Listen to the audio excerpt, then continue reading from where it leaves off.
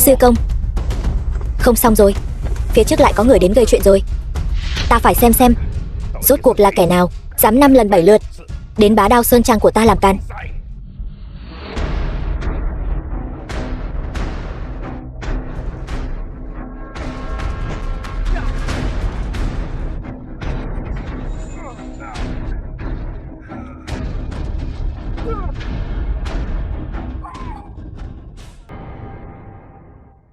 Thiếu chủ, đây chính là những binh khí mà Dịch tiên sinh đã đúc năm xưa. Tiếc là Dịch tiên sinh hưởng thọ không dài, nên không để lại bao nhiêu. Lần này ta trở về chính là để mang tất cả binh khí lưu lạc bên ngoài quay về Sơn Trang. Chỉ có mấy món binh khí này thôi sao? Cũng được thôi. Thần binh các người đều đã chuẩn bị xong cho ta rồi chứ? Chuẩn bị cái gì? Những thứ này đã có người đặt rồi. 3 ngày trước ta đã bảo thần binh các người chuẩn bị rồi. Các người không chuẩn bị sao? Cô là Dịch Hồng Anh, chị của Dịch Tiểu Xuyên. Đi không đổi tên, ngồi không đổi họ. Dịch Hồng Anh của Bá Đao Sơn Trang. Chị, thật sự là chị sao? Sợ đến ngây người rồi hả? Không chuẩn bị thì thôi vậy. Ta thấy mấy món này cũng không tệ. Lấy đi đây. Ta nhớ Bá Đao Sơn Trang chẳng phải có rất nhiều thần binh lợi khí sao? Tại sao phải đi mượn thần binh các chứ? Chuyện của Bá Đao Sơn Trang ta có liên quan gì đến cậu? Thế mà lại sa sút đến mức phải đi mượn binh khí. Bá Đao Sơn Trang, rốt cuộc những năm qua đã xảy ra chuyện gì? Binh khí có thể cho cô mượn, nhưng ta phải đi cùng cô. Chỉ dựa vào cậu, tay chân gầy gò thế này, muốn mất mạng hả? Ta có binh khí lợi hại hơn. Chỉ dựa vào thanh đao bọc vải rách này của cậu sao?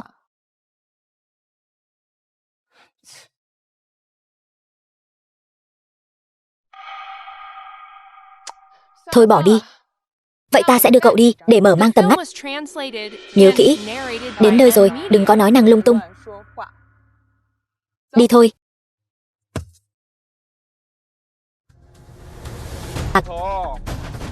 Nếu không còn ai dám lên nữa thì Bá Đao Sơn Trang này sẽ thuộc về ta. Ta xem ai dám.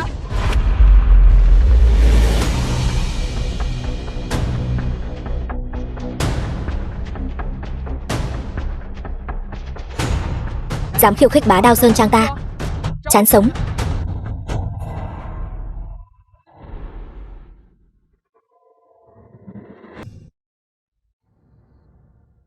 Họ Viên kia, ta mang theo thần đao tuyệt thế của Bá Đao Sơn Trang ta tới đây rồi. Những thứ này đều là những món thần binh lợi khí chúng ta cất giấu nhiều năm. Mỗi một thanh đều đủ sức chém sắt như chém bùn. Thần binh lợi khí, ngoài thanh Đồ Long đao năm đó ra, các người còn có thể lấy ra thần binh lợi khí gì nữa? Cô nhìn thanh này xem, vỏ đao cũng hỏng rồi. Đây là thứ đồng nát sắt vụn gì thế này mà cũng gọi là thần binh sao? Còn cái này nữa, thần binh nhà ai lại dùng một miếng vải rách bọc lại thế kia?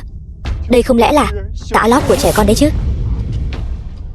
Đây chính là tuyệt thế danh đao của Bá Đao Sơn Trang chúng ta. Người bình thường không dễ gì được thấy đâu. Tuyệt thế danh đao sao? Chẳng lẽ đây chính là thanh Đồ Long đao, nhất đao xuất vạn kiếm phục? Trong truyền thuyết có được nó sẽ vô địch thiên hạ. Nếu đã biết rồi thì còn không mau cút ra ngoài.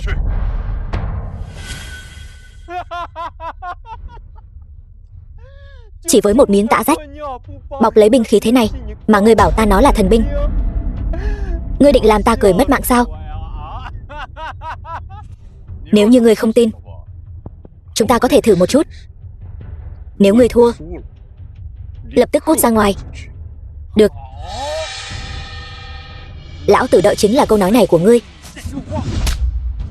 Quy tắc giang hồ, 1 đối 1, không nhận thua, ai cũng không được phép giúp đỡ. Nếu như binh khí của Bá Đao Sơn Trang các người lợi hại hơn, ta đi. Nhưng mà Nếu Bá Đao Sơn Trang các người thua, Bá Đao Sơn Trang này sẽ thuộc về ta. Được thôi.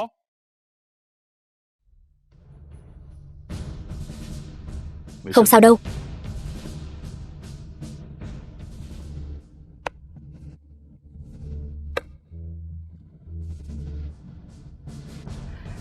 Làm gì thế? Những binh khí này tuy lợi hại, nhưng không đánh lại được bọn họ đâu. Yên tâm đi. Tất cả binh khí ở đây, không ai là đối thủ của ta. Ngươi cũng biết ra vẻ gớm nhỉ? Nếu hôm nay thanh này thực sự là thanh Đồ Long đao, ta nhất định không dám đến gây chuyện. Nhưng nếu ngươi cầm thanh đồng nát sắt vụn này mà đã dọa được ta đi, thì viên nhân ta làm sao lăn lộn trên giang hồ được nữa. Ra đây đi.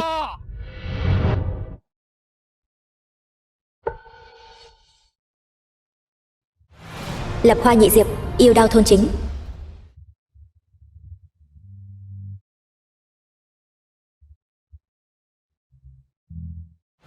Lực Bá lôi cổ úng kim chùy.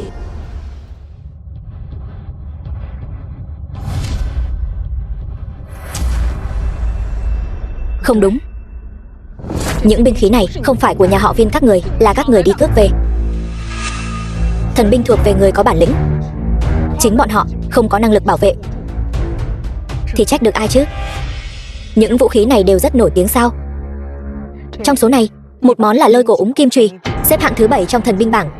Một món là yêu đao thôn chính, xếp hạng thứ 10. Đều là do bọn chúng dùng thủ đoạn hèn hạ để cướp về. Nếu ta không nhớ nhầm, Bá Đao Sơn Trang đáng lẽ phải có những binh khí xếp hạng đầu trong thần binh bảng chứ. Đều trách lão phu vô dụng. Sơn Trang ngày càng sa sút, ta đành phải bán đi một số binh khí để duy trì sinh kế. Đã là như vậy, tại sao vẫn còn khổ sở canh giữ ở đây? Ta đang đợi cháu ngoan của ta trở về. Ta phải thay nó canh giữ ở nơi này, không thể để Sơn Trang rơi vào tay của những kẻ có ý đồ bất chính. Các người cứ ấp áp úng làm gì thế? Các người không phải là Bá Đao Sơn Trang sao? Khí thế bá đạo đâu rồi? Các người nếu như ngay cả lôi đài cũng không dám lên, thì mau chóng nhận thua đi, để ta phong hạo khôn. Bích huyết kiếm do Dịch sư phụ rèn đúc.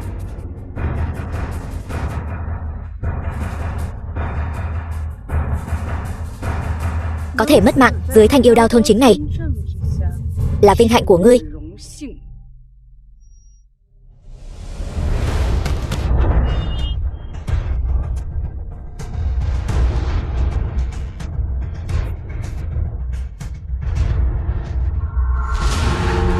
Đồ chơi đông doanh cũng chỉ đến thế mà thôi.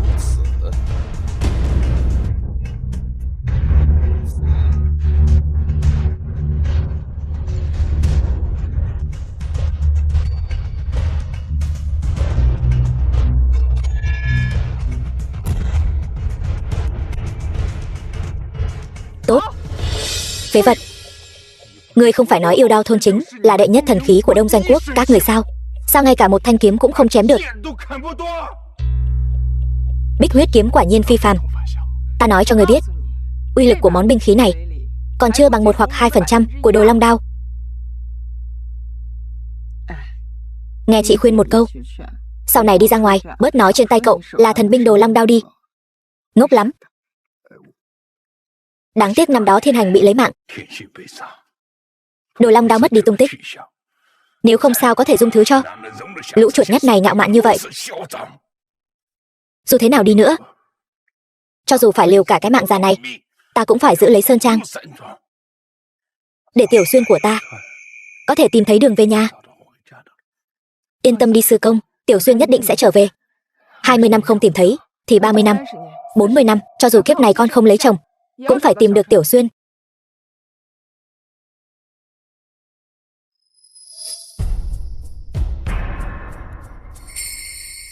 Thằng nhóc thối, em nhất định phải sống đấy. Mọi người chúng ta đều rất nhớ em. Sư công, chị, Tiểu Xuyên còn sống. Tiểu Xuyên đã trở về rồi. Còn ai? Lên đài chỉ giáo nữa. Ngươi đi đi. cho bọn chúng thấy thế nào gọi là thực lực áp đảo.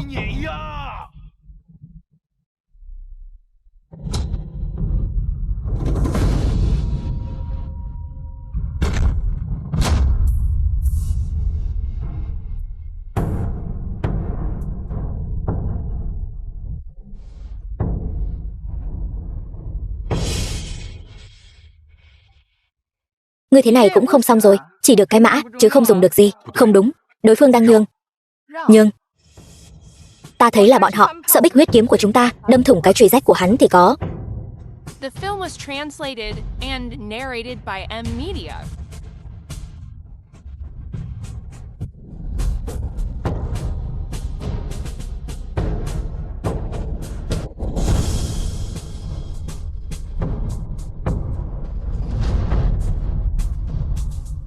Sắp thua rồi.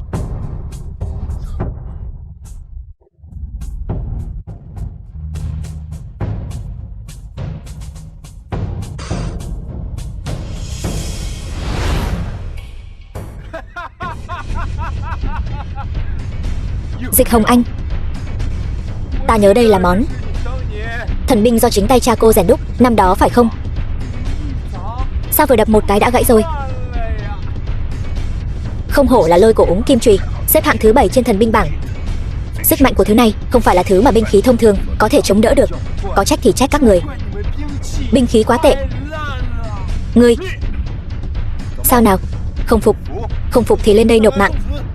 Đừng có ở dưới đó sổ bậy.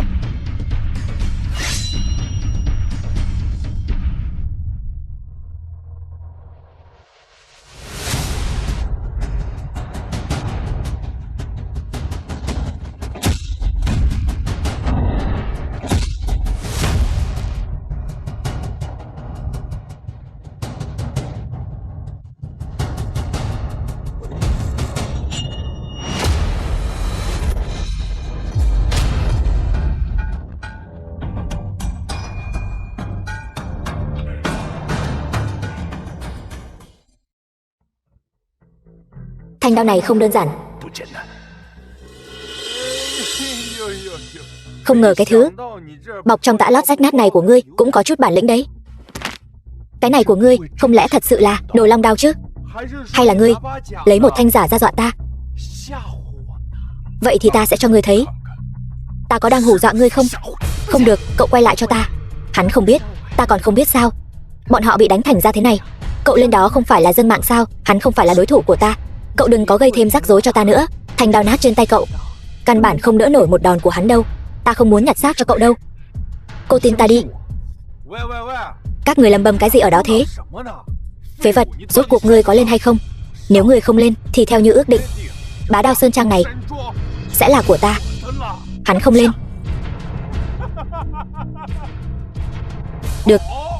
Ta vốn tưởng rằng các người vẫn chưa chịu thua cơ đấy.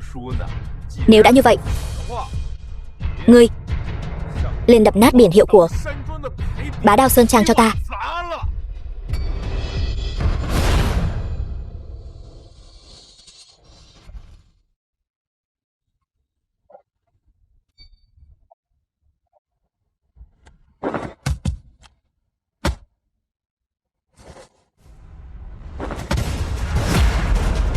Hắn không lên, ta lên.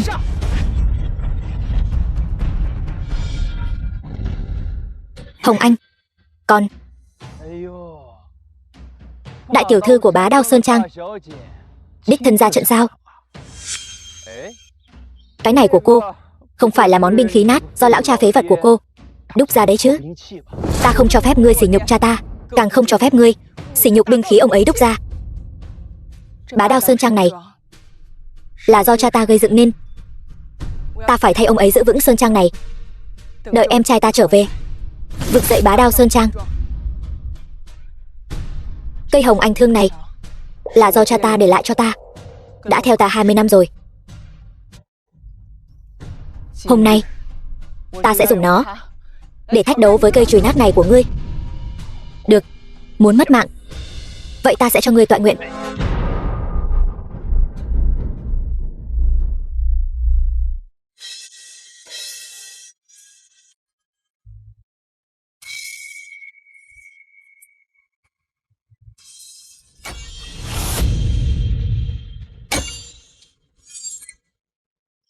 Hồng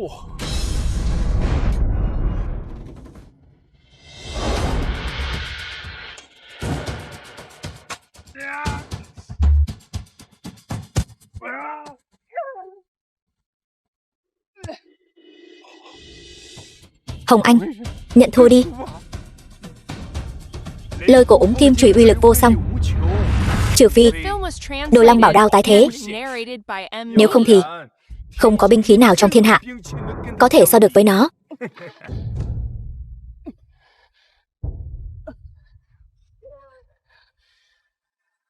Ta không thể nào thua được. Ta phải giữ vững nơi này, đợi Tiểu Xuyên trở về. Được, được lắm. Cô không phải muốn đoàn tụ với em trai cô sao? Vậy hôm nay ta sẽ giúp cô một tay, để cô xuống dưới đó đoàn tụ với em trai cô. Đi, lấy mạng cô ta cho ta.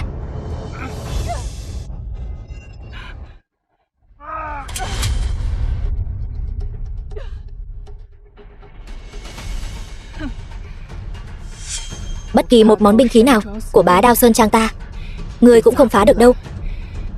Cây chùy nát này của ngươi trước mặt Đồ Long Đao chỉ là đồ bỏ đi, chán sống.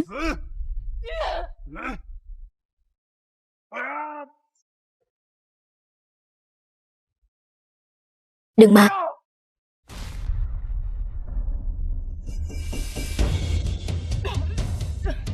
Hồng Anh, cô mau nhận thua đi.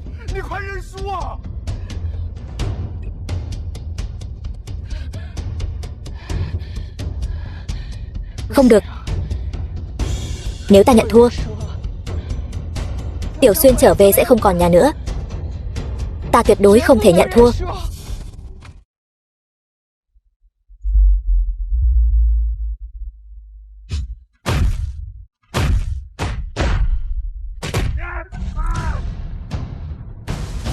Xem ra Bá Đao Sơn Trang này cũng chỉ có bấy nhiêu bản lĩnh thôi.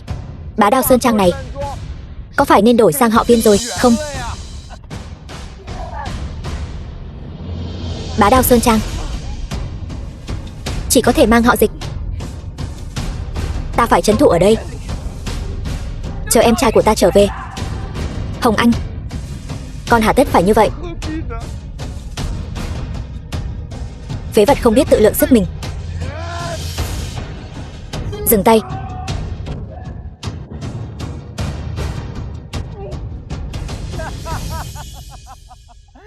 Kêu đi. Sao không kêu nữa? Chẳng phải cô muốn bảo vệ Bá Đao Sơn Trang sao? Chẳng phải muốn đợi em trai cô trở về sao? Tiếp tục đi. Đứng lên đi. Anh Đào, sau này cứ để em bảo vệ nhé. Không biết lớn nhỏ, phải gọi ta là chị. Em trai là phải dựa vào chị bảo vệ. Sau này em sẽ rất lợi hại. Em không cần chị bảo vệ đâu.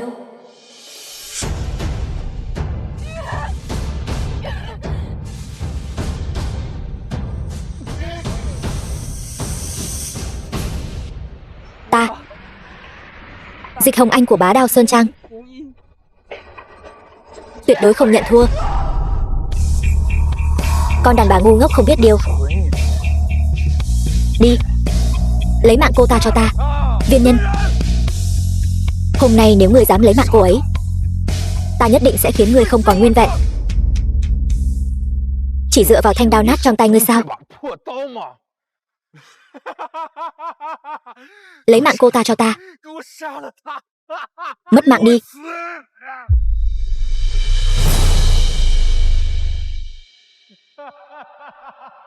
Lấy mạng cô ta cho ta. Chị Tiểu Xuyên, chị đưa em về nhà.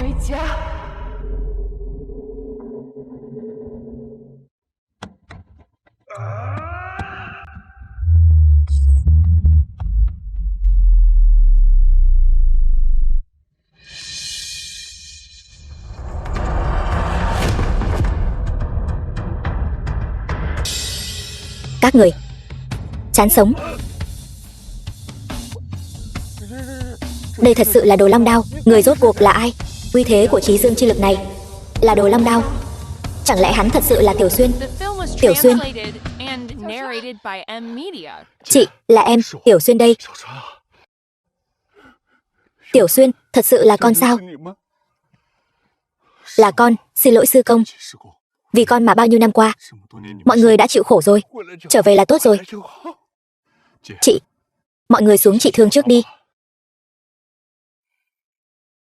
Tiếp theo,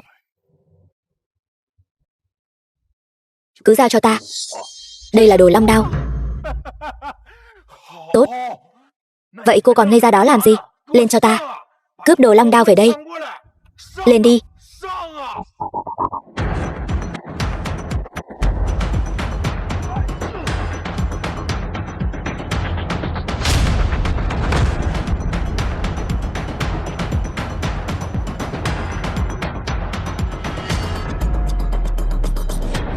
Đến lượt ngươi rồi. Không, ngươi không thể lấy mạng ta. Ta liều mạng với ngươi. Ngươi không thể lấy mạng ta. Cha ta chính là Viên Bá Thiên. Nếu ngươi lấy mạng ta, cha ta nhất định sẽ tiêu diệt Bá Đao Sơn Trang các người. Ồn ào. Ta không muốn mất mạng. Ta sai rồi. Ta sai rồi, đừng lấy mạng ta. Không phải ngươi biết mình sai rồi, mà là ngươi biết ngươi sắp mất mạng rồi.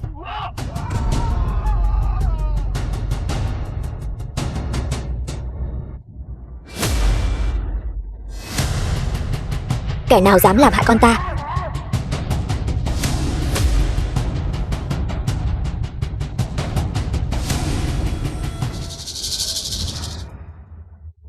Là ông, Viên Bá Thiên. Năm đó, chính vì ông muốn cướp đoạt đồ long đao mới lấy mạng cha mẹ ta. Cái gì? Tiểu Xuyên, lời này có thật không? Không sai. Mạc Liên Sơn, năm đó, người lấy mạng Dịch Thiên Hành và Lâm Uyển Thư chính là ta.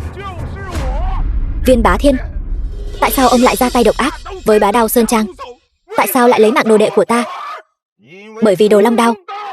Đồ long đao chính là thần binh, được rèn từ khối thiên địa huyền thiết, duy nhất trên thế gian. Ngày đao đúc thành, đại diện cho việc kẻ nào có được nó sẽ có thể xưng bá võ lâm. Loại thần khí này ta nhất định phải có được. Còn về Dịch Thiên Hành, nếu không phải hắn phản kháng, ta cũng sẽ không lấy mạng hắn.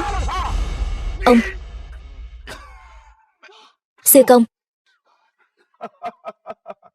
có điều giờ đây ta đã không cần dùng đến nó nữa rồi. Bởi vì Viên Bá Thiên trả mạng cha mẹ ta đây.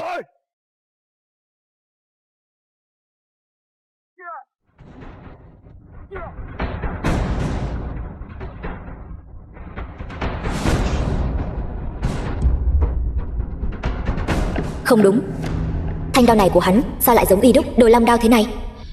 Sư công, chuyện này là sao? Đồ long đao của Tiểu Xuyên vậy mà không chém được thanh đao trong tay Viên Bá Thiên, bởi vì trong tay ta cũng là đồ long đao. Cái gì? Không thể nào, thiên địa huyền thiết, thế gian này chỉ có một khối, sao có thể có hai thanh đồ long đao được? Vậy thì ta còn phải cảm ơn cha của cô. Nếu không phải năm đó hắn thả tiểu tử này đi, ta cũng sẽ không quay lại Bá Đao Sơn Trang để hủy diệt chứng cứ, và cũng sẽ không biết được rằng năm đó cha cô khi rèn đồ long đao chỉ dùng một nửa thiên địa huyền thiết. Chẳng lẽ thứ trong tay ông chính là nửa khối còn lại của thiên địa huyền thiết? Nếu đã biết hết mọi chuyện rồi, Mạc Liên Sơn, giờ ta cho ông hai sự lựa chọn. Một, giao đồ long đao trong tay các người ra, coi như chưa có chuyện gì xảy ra, Bá Đao Sơn Trang của các người vẫn có thể tồn tại. Hai, ta sẽ lấy mạng sạch các người, giống như 20 năm trước. Muốn đồ long đao sao? Được thôi, ta sẽ lấy mạng ông trước, rồi mới giao đồ long đao cho ông. Tiểu tử, trong tay cậu và ta tuy đều có đồ long đao, nhưng lão phu đã khổ luyện đao pháp suốt 40 năm, không phải là thứ mà một tiểu tử mới bước chân vào giang hồ như cậu có thể so bì được. Nếu cậu không muốn Bá Đao Sơn Trang phải chôn cùng cậu, thì mau chóng giao ra đây. Không địch lại, ta thấy là đồ long đao của ông không địch lại ta mới đúng.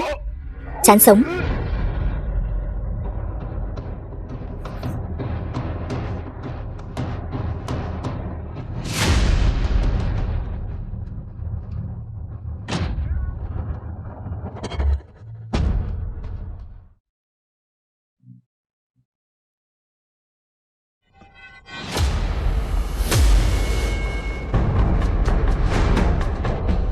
Tiểu Xuyên, chuyện này không thể nào. Đồ Long Đao sao có thể bị phá? Bởi vì Đồ Long Đao vẫn chưa thức tỉnh, cộng thêm đao pháp không bằng Viên Bá Thiên. Nếu Đồ Long Đao thức tỉnh, không chỉ Viên Bá Thiên mà ngay cả Khai Sơn Toái Thạch, Chấn Đoạn Vân Tiêu cũng không thành vấn đề. Còn thức tỉnh cái gì chứ? Ông đang nằm mơ giữa ban ngày hả? Ta thấy chính là Đồ Long Đao do Bá Đao Sơn Trang các người đúc, không bằng của cha ta. Mạc Liên Sơn, Đồ Long Đao đã gãy, giờ đã đến lúc phải đưa ra lựa chọn rồi. Mất mạng hay là thần phục? Thần phục. Bắt ta thần phục kẻ thù lấy mạng cha. Dịch Tiểu Xuyên ta không làm được, vậy thì chính là mất mạng. Chị mau đưa sư công và các sư huynh đệ đi trước đi. Dù đao đã gãy, em cũng có thể chống đỡ hắn một lát. Đi mau.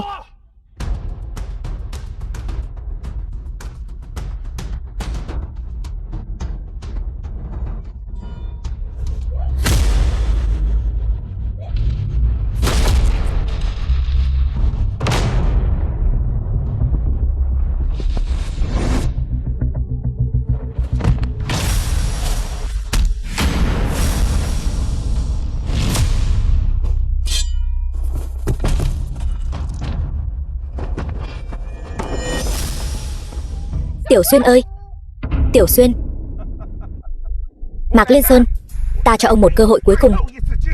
Nếu không, ta sẽ lấy mạng thằng nhóc này trước. Sư công, thật sự không còn cách nào sao? Có, tổng cộng có 2 cách. Nhưng mà cái gì? Một cách là Đồ Long Đao pháp mà ta bế quan nghiên cứu, chỉ cần Tiểu Xuyên có thể học được thì sẽ vô địch thiên hạ. Nhưng hiện tại, căn bản không còn thời gian nữa. Vậy còn cách kia? Còn một cách nữa chính là thức tỉnh Đồ Long Đao. Nhưng năm đó ta bế quan, không ở cùng cha con, nên căn bản không biết cách thức tỉnh. Cách thức tỉnh: dùng tinh huyết của ta tế đao hồn. Con phải nhớ kỹ, huyết mạch của Dịch gia là quan trọng nhất. Hóa ra là vậy, con biết rồi. Tiểu Xuyên, đánh không lại ta nên tự giày vào mình sao? Hóa ra cách thức tỉnh Đồ Long Đao là như thế này. Đồ Long Đao còn có thể thức tỉnh sao? Thằng nhóc, ngươi thật sự bị cha ta đánh đến ngốc rồi sao? Tiểu Xuyên, con cố chống đỡ. Chỉ cần vệt máu này chạm đến Long Nhãn, Đồ Long Đao sẽ thức tỉnh. Đến lúc đó, không chỉ Đồ Long Đao được đúc lại, mà còn trở thành thiên hạ đệ nhất đao thực thụ. Còn về thanh đao của Viên Bá Thiên, căn bản không chịu nổi một chiêu. Vậy cần bao lâu? Bất kể bao lâu, chúng ta đều phải câu giờ cho Tiểu Xuyên. Được, câu giờ. Ta xem các người câu giờ được bao lâu.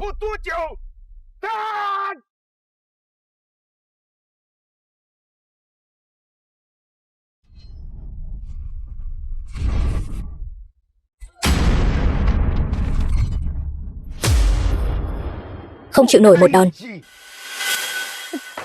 Không sao chứ? Để ta, sư công. Con không sao. Năm đó cha mẹ bị hại, Tiểu Xuyên thất lạc 20 năm, đều tại con. Hôm nay, con nhất định sẽ bảo vệ Tiểu Xuyên chu toàn. Vẫn chưa đủ, nhanh hơn chút nữa. Viên Bá Thiên, ông lấy mạng cha mẹ ta, hủy sơn trang của ta, khiến ta và em trai thất lạc 20 năm. Mối thù này, hôm nay ta nhất định phải báo. Năm đó cha ta chỉ dùng một thanh binh khí bình thường đã có thể diệt sạch Bá Đao Sơn Trang các người. Này, có được thần binh này, diệt các người càng không thành vấn đề. Cô muốn dâng mạng, vậy ta sẽ cho cô toại nguyện.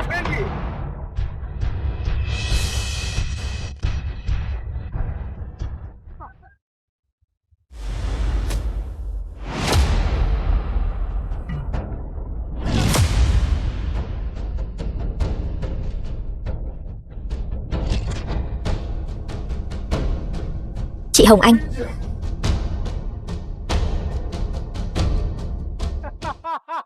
cha ra tay hay lắm.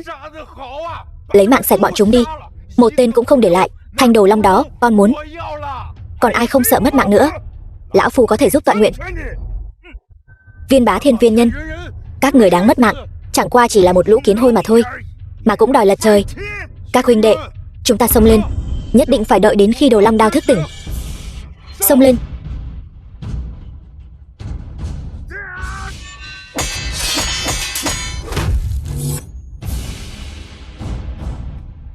Nhanh lên.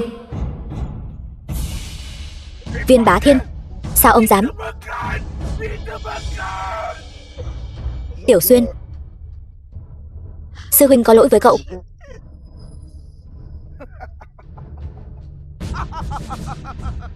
Sảng khoái. Đã lâu rồi không ra tay sảng khoái như thế này. Năm đó không lấy mạng sạch sành xanh, Dịch Gia và Bá Đao Sơn Trang của các người đúng là một sai lầm. Hôm nay ta sẽ bù đắp sai lầm này. Chỉ còn thiếu một chút nữa thôi.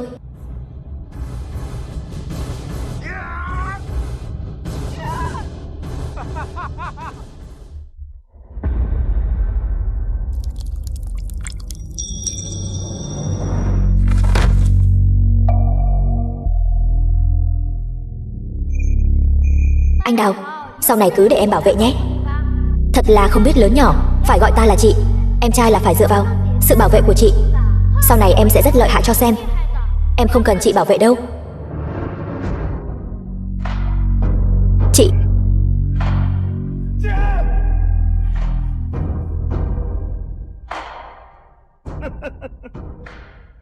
Được.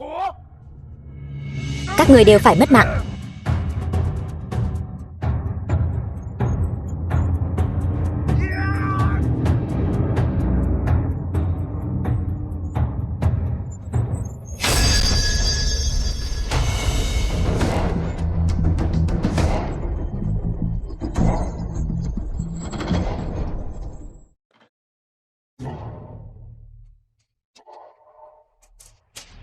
Viên Bá Thiên, ông mất mạng đi cho ta.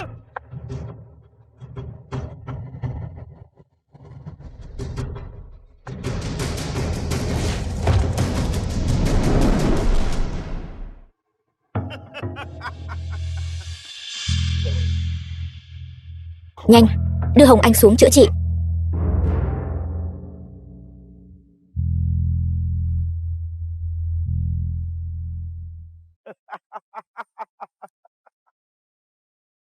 Không ngờ tới thanh đồ long đao này lại thức tỉnh như thế này. Thật là đáng tiếc cho thanh này của ta. Có điều may mà trên tay cậu vẫn còn một thanh. Viên Bá Thiên, đền mạng đi.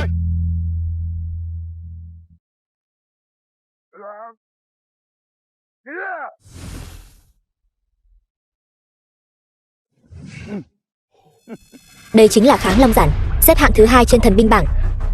Muốn lấy mạng lão phu, cậu vẫn chưa đủ tư cách. Tiểu Xuyên cẩn thận, thanh Kháng Long Giản này được đúc từ thiên thạch của trời đất, kiên cố không thể phá vỡ, lại còn chuyên môn khắc chế các loại vũ khí đao kiếm. Thế thì đã sao? Lôi cổ úng kim chùy, tiêu đao thôn chính đều bị con làm gãy. Thanh Kháng Long Giản xếp hạng thứ 2 trên thần binh bảng này của lão, con cũng không phải là không thể làm gãy. Ta thấy cậu đúng là chưa thấy quan tài chưa đổ lệ. Vậy lão phu sẽ thành toàn cho cậu. Kháng Long kích, Đồ Long chảm.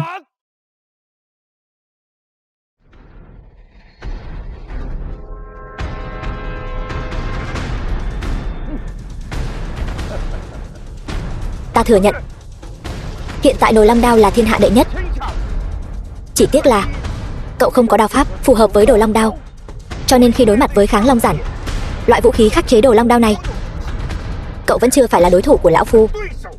Có phải là đối thủ hay không, không phải do ông quyết định. Lại nào, Tiểu Xuyên, sư công, con không sao. Con vẫn còn có thể đánh. Tiểu tử, ngươi chỉ có chút bản lĩnh này thôi sao?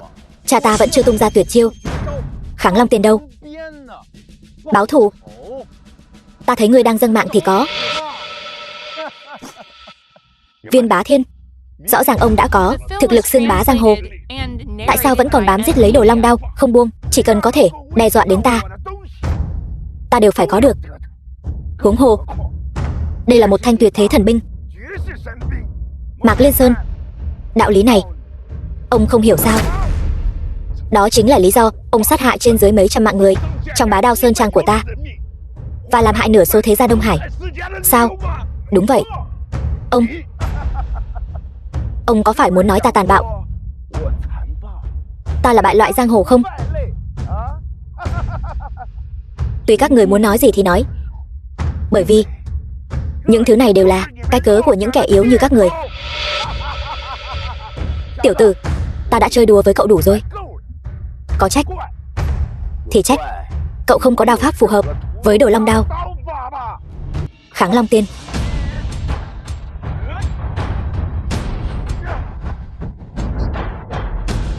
Không ngờ cậu lại có thể đỡ được Kháng Long Tiên của ta. Đồ Long đao quả nhiên là thiên hạ đệ nhất. Tiểu Xuyên, sư công, con không sao. Con vẫn còn có thể đánh. Tiểu Xuyên, xin lỗi. Đều tại sư công vô dụng. Đều tại sư công vô dụng mà. Nếu như sư công sớm dạy cho con Đồ Long đao pháp thì cũng không đến nông nỗi như ngày hôm nay. Ông biết Đồ Long đao pháp?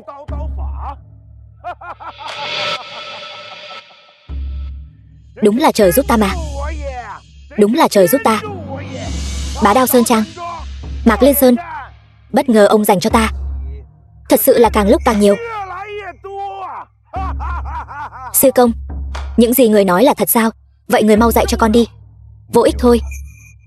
Đồ Long đao pháp là thứ ta đã nghiên cứu mấy chục năm mới nghiên cứu ra được. Cho dù bây giờ giao cho con cũng không học được. Ta vốn dĩ muốn đưa con đi dạy con học thành Đồ Long đao pháp, rồi mới quay lại báo thù. Nhưng mà bây giờ không còn cơ hội nữa rồi. Mạc Liên Sơn, nếu ông đã biết thiên mệnh, ta sẽ nghịch thiên một lần. Các người giao Đồ Long đao cùng với Đồ Long đao pháp ra, các người hôm nay sẽ không phải mất mạng. Giao ra đây. Được thôi. Vậy ông hãy đền mạng cho cha mẹ ta đi. Tiểu tử, ngươi đừng giãy giụa nữa. Cha ta không lấy mạng ngươi đã là sự bố thí lớn nhất đối với ngươi, đối với Bá Đao Sơn Trang của các người rồi. Vậy thì ta lấy mạng ngươi trước. Nào mạnh hết đà. Ngươi đứng lên đi chứ. Đứng lên đi.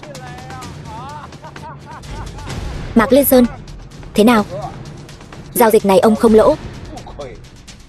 So với trên dưới mấy trăm mạng người trong Bá Đao Sơn Trang của ông, chẳng lẽ còn không đáng giá sao? Tiểu Xuyên, sư công thực sự không muốn mất con nữa. Mạc Liên Sơn, chỉ cần ông bằng lòng giao Đồ Long đao và Đồ Long đao pháp ra, sau này Bá Đao Sơn Trang của ông chính là liên minh huynh đệ của Viên gia ta. Mọi tài nguyên đều có thể ưu tiên hưởng dụng. Ông nên hiểu rõ tầm quan trọng trong đó. Cha, liên minh huynh đệ, đó chẳng phải là chia sẻ thiên hạ với bọn họ sao? Cha, chuyện này chắc chắn không được đâu.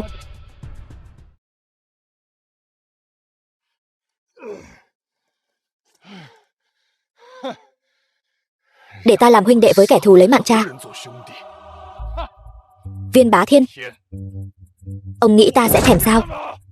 Mối thù lấy mạng cha, chỉ cần lợi ích đủ lớn, cho dù là để ta lấy mạng vợ, lấy mạng con thì đã sao? Đây chính là lý do tại sao cậu không thể trở thành kẻ mạnh. Được thôi. Vậy thì ông lấy mạng con trai ông đi. Ta có thể giao đao cho ông. Cha. Sao nào? Do dự rồi hả? Xem ra ông cũng không nỡ. Cậu nghĩ hiện giờ cậu còn có tư cách đàm phán điều kiện với ta sao? Không đàm phán được thì khỏi đàm phán. Sư công, người nghĩ lại đi. Viên Bá Thiên đã lấy mạng bao nhiêu người của Bá Đao Sơn Trang? Cha con, mẹ con, còn có cả các sư huynh đệ nữa. Mạc Liên Sơn, người mất mạng đã không còn giá trị. Muốn vực dậy Bá Đao Sơn Trang, đây là hy vọng cuối cùng ta dành cho ông. Tiểu Xuyên, con nói đúng. Sư công nhu nhược rồi. Viên Bá Thiên, ông lấy mạng ta đi. Lấy mạng chúng ta, ông chỉ có thể nhận được một thanh đao nát không có đao pháp. Được. Mạc Liên Sơn, nếu các người đã muốn mất mạng thì đừng trách lão phu.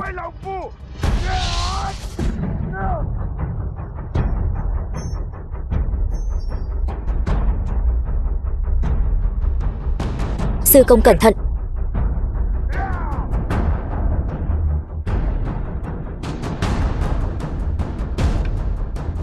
Tiểu Xuyên, sư công, Dù sao chúng ta cũng sắp mất mạng rồi, con muốn liều một phen. Các người còn có chiêu sau sao? Tiểu Xuyên, con nói đi, sư công sẽ theo con. Sư công, người nói xem, con có thể học thuộc Đồ Long đao pháp ngay trong một lần không? Ngươi nói cái gì?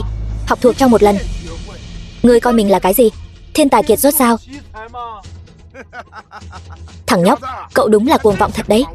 Đừng nói là đao pháp của Đồ Long đao, cho dù là võ công cơ bản nhất, người mà chỉ xem một lần đã học được, trên thế gian này vẫn chưa ra đời đâu. Đừng nói là cậu, cho dù là ta cũng không được đâu. Đó là do ông không được, không có nghĩa là ta không được. Sư công, dù sao cũng sắp mất mạng rồi, con không muốn mất mạng một cách uất ức như vậy. Được, vậy hôm nay lão già này sẽ cùng con điên một phen. Con thật sự dám dạy sao? Cha, chuyện này cũng quá nhẹ nhàng rồi. Hai tên ngốc này không chỉ chọn cửa tử, mà trước khi mất mạng còn muốn biểu diễn cho chúng ta xem Đồ Long đao pháp nữa. Con có thể thắng. Tiểu tử, chỉ dựa vào đao pháp ngươi nhìn một lần đã lĩnh ngộ được mà muốn đánh bại cha ta, đệ nhất Đông Hải này sao? Ngươi nghĩ ngươi là cái gì? Thiên hạ đệ nhất sao? Bây giờ thì không phải, sau khi lấy mạng cha ngươi thì sẽ là vậy. Cuồng vọng. Tiểu tử, cho cậu thêm một cơ hội cuối cùng, nếu không cậu sẽ trở thành vong hồn thứ 72 dưới Kháng Long Tiên của lão phu. Tiểu Xuyên, đây mới là thực lực thật sự của hắn. Ông Mạc, nếu ông không muốn để Bá Đao Sơn Trang từ đây bị xóa tên khỏi Đông Hải, thì bây giờ hãy nộp đao đầu hàng đi. Đây là cơ hội cuối cùng của ông rồi. Tiểu Xuyên, hay là chúng ta, sư công, vì mối thù sát hại cha mẹ, vì mối thù của sư huynh đồng môn, hôm nay cho dù con có mất mạng, con cũng tuyệt đối không hối hận. Chán sống. Kháng Long Tiên, Thái Cực Quy Nhất.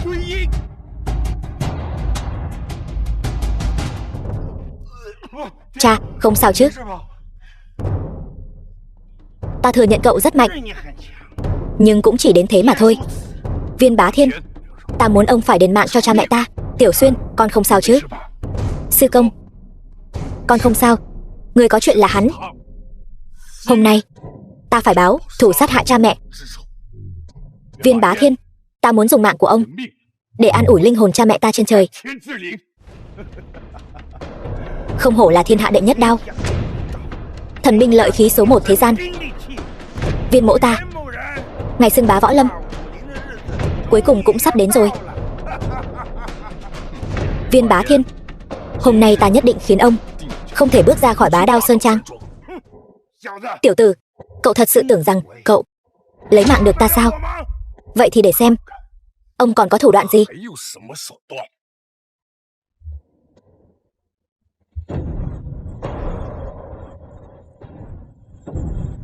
Đồ Long Chảm. Cha, mau chạy đi, mau chạy đi. Hoảng cái gì? Còn không xuất hiện là muốn nhìn ta mất mạng sao?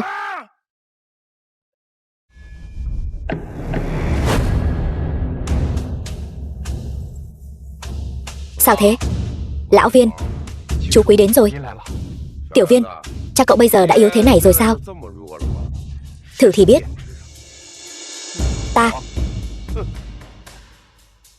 Tiểu Xuyên, con không sao chứ? Sư công, người tới, võ công ngang ngửa Viên Bá Thiên, nhưng vũ khí lại lợi hại hơn của Viên Bá Thiên. Các hạ là ai? Hôm nay là ngày giải quyết ân oán cá nhân của Bá Đao Sơn Trang ta và Viên gia.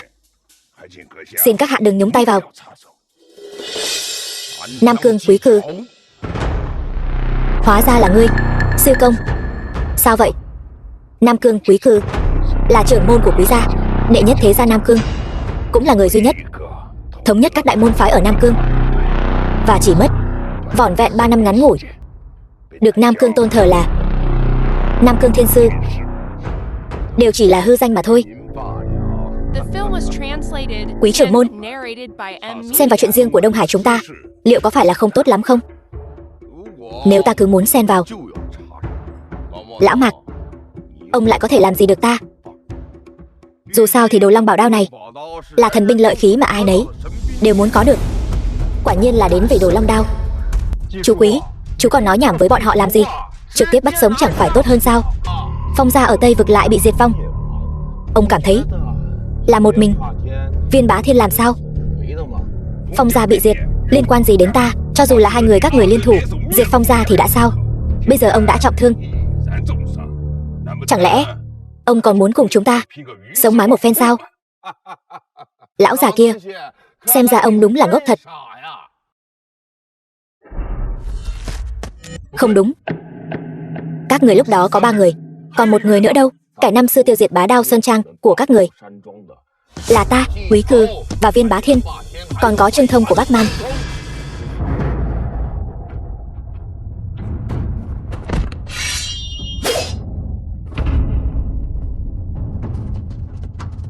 Đúng vậy, người thứ 3 này chính là lão phu Trương Thông, trưởng môn Thiên Sơn môn Bắc Man.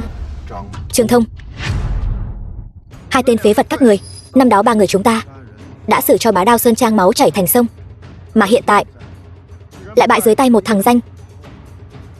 Thật là vô dụng. Vậy thì ông cứ thử uy lực của thanh đồ long đao này xem. Chỉ là một thanh đồ long đao, trước mặt huyền long kiếm của ta, căn bản không chịu nổi một đòn. Trưởng môn Thiên Sơn môn của Bắc Man, Trương Thông, huyền long kiếm xếp hạng nhất thần binh bảng. Sư công, người sao vậy? Ta hận vì đã không biết chuyện này sớm hơn. Bây giờ đã biết rồi, nhưng lại lực bất tòng tâm. Một kẻ là đệ nhất thế gia Đông Hải, một kẻ là đệ nhất cao thủ Nam Cương, còn có cả thị huyết cuồng ma của Bắc Man. Không ngờ lại là các người năm đó đã liên thủ lấy mạng đồ nhi của ta. Bây giờ biết cũng chưa muộn, ít nhất cũng để ông được mất mạng một cách rõ ràng. Sư công, người yên tâm, hôm nay con nhất định sẽ báo thù cho cha mẹ, báo thù cho những huynh đệ đồng môn đã khuất của Bá Đao Sơn Trang. Không thể nào, trên đời này ngoại trừ vị ở đế đô kia, không có bất kỳ ai có thể lay chuyển được sự liên thủ của bọn họ. Lão già, ông cũng coi như hiểu chuyện đấy. Yên tâm đi, lát nữa ta chắc chắn sẽ để ông được mất mạng một cách nhẹ nhàng hơn.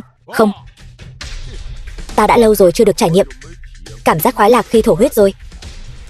Không thể để bọn chúng mất mạng một cách dễ dàng như vậy được. Ta muốn xử bọn chúng ra thành muôn mảnh. Chú Trương, chú Quý, theo ý cháu, hay là chúng ta hãy quật xương cốt của Dịch Thiên Hành lên, xử lý xương thành cho ngay trước mặt bọn chúng, sau đó mới lấy mạng bọn chúng. Tiểu Viên, vẫn cứ là cậu thôi. Cậu còn tàn nhẫn hơn cả cha cậu nhiều. Các người. Sư công, 3 người các người rõ ràng đã là những nhân vật kiệt xuất ở khắp nơi, binh khí trong tay cũng là những binh khí thứ hạng đầu trên thần binh bảng. Nhưng tại sao các người, tại sao còn nhòm ngó Bá Đao Sơn Trang của ta đến mức như vậy? Lão già, quân tử vô tội, nhưng mang ngọc trong người là có tội. Sống lâu như vậy rồi mà ngay cả đạo lý này cũng không hiểu sao? Hành tẩu giang hồ luôn có những sự tồn tại đe dọa đến bản thân. Nếu không thể để mình sử dụng thì kẻ đó phải mất mạng. Các người, Mạc Liên Sơn, ta khuyên ông hãy bảo thằng nhóc này giao đồ long đao ra ngay bây giờ, sau đó đầu hàng đi. Nếu không, ta không dám đảm bảo Bá Đao Sơn Trang có thể sót lại người nào giống như 20 năm trước nữa đâu. Chỉ dựa vào 3 người các người, ta thấy kẻ có thể sống sót bước ra khỏi.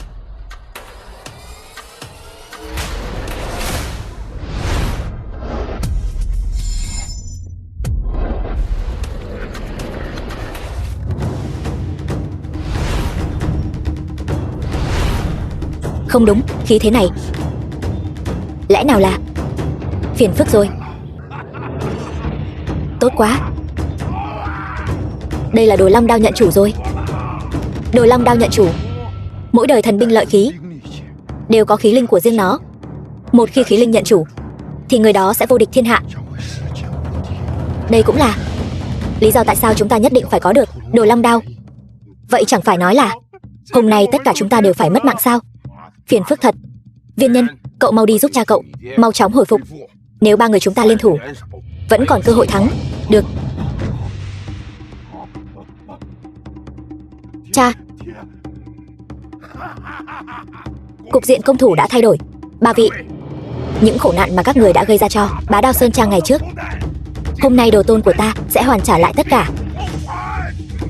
Nói nhảm thật nhiều. Quý cư, lấy mạng lão già này trước. Được. Đến đây, lấy mạng ta đi. Ta được thấy Đồ Long Đao nhận chủ, đời này cũng không còn gì hối tiếc nữa. Mất mạng đi,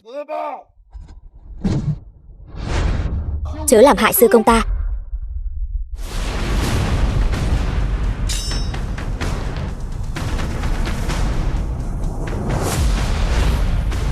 Uy lực này, chẳng lẽ là Đồ Long hoàn chỉnh rồi? Có mạnh hơn nữa thì đã sao? Chẳng lẽ lại chạy? Hôm nay đừng ai mong chạy thoát được.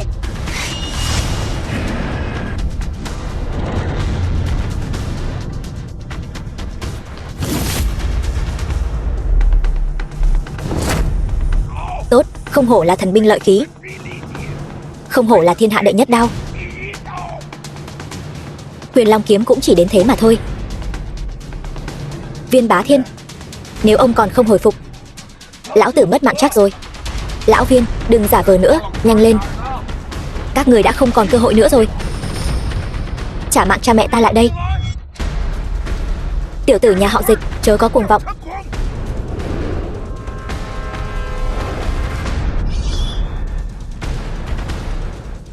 Viên Bá Thiên, ông còn không đứng dậy, lão tử sẽ mất mạng đấy. Đúng vậy, Bá Đao Sơn Trang này ta nhất định phải chia một phần lợi lộc. Lấy mạng tiểu tử này trước rồi tính sau. Ba người chúng ta liên thủ, còn sợ hắn sao? Huống hồ vẫn còn một vị đại nhân đang ở nhà ông đấy. Nhân nhi, mau đi đi, để đề phòng vạn nhất. Đi mời ngài ấy đến đây cho ta. Được. Không ai mong chạy thoát được. Coi ba người chúng ta là cái gì hả? Được, vậy thì ta sẽ lấy mạng các người trước. Kháng Long Kích.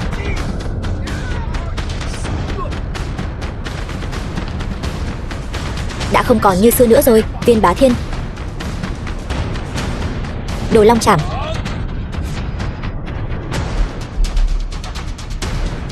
Nhìn cái gì, cùng lên đi.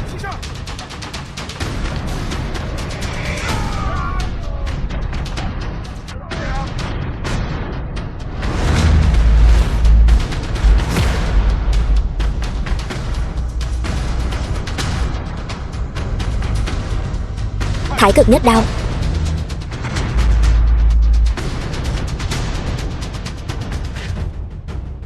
Tiểu tử, cậu thật sự tưởng bản thân mình thiên hạ vô địch rồi sao? Cậu nghĩ lần này cậu có cơ hội thắng sao? Có thắng được hay không, không phải do ông quyết định.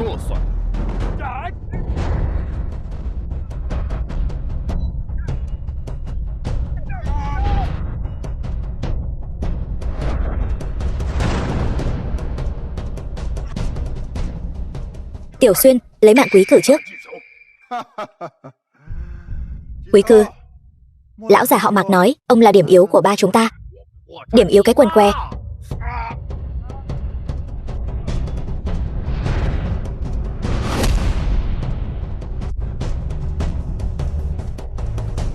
Tốt lắm. Đến lượt các người rồi. Không xong rồi. Sợ cái gì? Chẳng lẽ chúng ta lại thua một đứa danh con sao?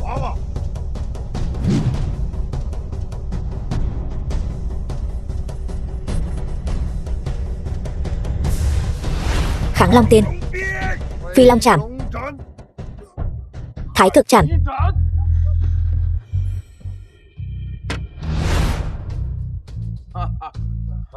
Hai người các người chẳng phải cũng không đánh lại hắn sao? The film was translated and Khốn kiếp. narrated by M Media. Đáng lẽ ngay từ đầu ta nên truy cùng diệt tận, không để lại hậu họa. Giờ lại nói chuyện ngày xưa hả? Có trách thì trách ông quá tham lam, cứ nhất quyết phải cướp Đồ Long Đao làm gì? Bây giờ không phải lúc nội chiến. Tất cả im miệng hết cho ta. Ba vị, còn gì muốn nói nữa không? Nếu không còn gì, vậy mời ba vị lên đường để tế lễ những vong linh đã khuất của Bá Đao Sơn Trang ta. Thắng làm vua, thua làm giặc, không có gì để nói. Lão già họ Mạc, ông thắng rồi, ta nhận. Nhưng Trương Thông Bắc Man ta sẽ không mất mạng trong tay một đứa danh con.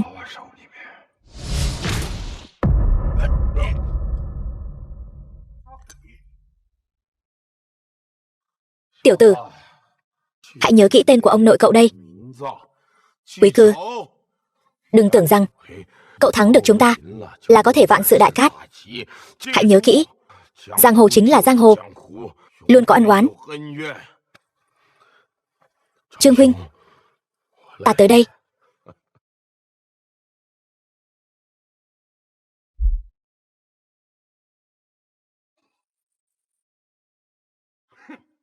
Viên Bá Thiên, đến lượt ông rồi. Đến lượt ta cái gì? Đến lượt ông cái gì? Đến lượt ông vì cha mẹ đã khuất của ta, vì các sư huynh đệ đã khuất của Bá Đao Sơn Trang và cả các thế gia ở Đông Hải bị ông tàn sát, lấy mạng để tạ tội. Các người không thể lấy mạng ta, các người cũng không lấy mạng nổi ta đâu. Nếu như cậu lấy mạng ta, nhất định sẽ bị vị kia trả thù. Đến lúc đó Bá Đao Sơn Trang của các người chắc chắn sẽ bị diệt vong vĩnh viễn. Vị kia trả thù sao? Chỉ cần có đồ long đao trong tay ta, xem ai dám giòng ngó Bá Đao Sơn Trang của ta. Dịch Tiểu Xuyên, cậu vẫn chưa hiểu giang hồ đâu. Cho dù cậu có đồ long đao thì đã sao? Cho dù đã nhận chủ thì đã sao? Chỉ dựa vào một mình cậu không thể chống lại cả giang hồ đâu. Ta một mình chống lại thì đã sao? Chỉ cần lấy mạng được ông, có thể báo thù cho cha mẹ ta. Đừng nói là cả giang hồ, đừng nói là cả thế giới, ta cũng một mình gánh vác.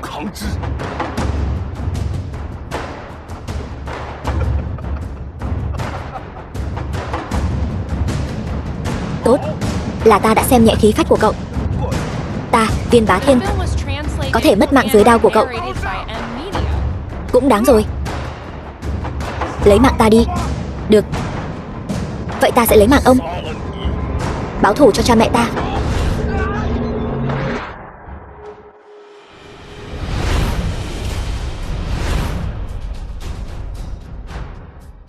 Lại có thể hóa giải đồ long đao đã. Nhận chủ của ta dễ dàng như vậy. Hắn, người vẫn chưa lấy mạng được đâu. Cha không sao chứ? Đại nhân, chỉ một ánh mắt, khí thế đã hoàn toàn áp đảo ta. Chẳng lẽ hôm nay ta rốt cuộc vẫn không thể báo thù sao? Người này khí thế mạnh mẽ, võ công của hắn e rằng so với con cao hơn không chỉ một bậc. Tốt nhất là chớ nên động thủ. Không biết đại hiệp là ai, vì cớ gì lại cứu Viên Bá Thiên này? Ta vốn là một chiếc thuyền nan trên giang hồ, không cần để tâm đến tên họ. Có điều, xin Mạc trưởng lão hãy nể mặt, tha cho Viên Bá Thiên. Tha sao? Tiểu Xuyên, đại hiệp, 20 năm trước Viên Bá Thiên tàn sát đồ tử, đồ tôn của ta. Hôm nay hắn lại phái con trai mình đến chiếm đoạt Bá Đao Sơn Trang của ta. Mối thù này lão phu không thể bỏ qua. Nói láo, rõ ràng là Bá Đao Sơn Trang các người không ổn. Là Viên gia chúng ta cho các người cơ hội để các người gây dựng lại Bá Đao Sơn Trang. Các người lại không biết điều, còn trách chúng ta tàn sát kẻ vô tội. Thật nực cười. Câm miệng. Cha, có đại nhân chống lưng cho chúng ta, cha sợ cái gì chứ? Ta bảo con câm miệng. Được rồi, khổ nhục kế này lão phu không chấp nhận đâu.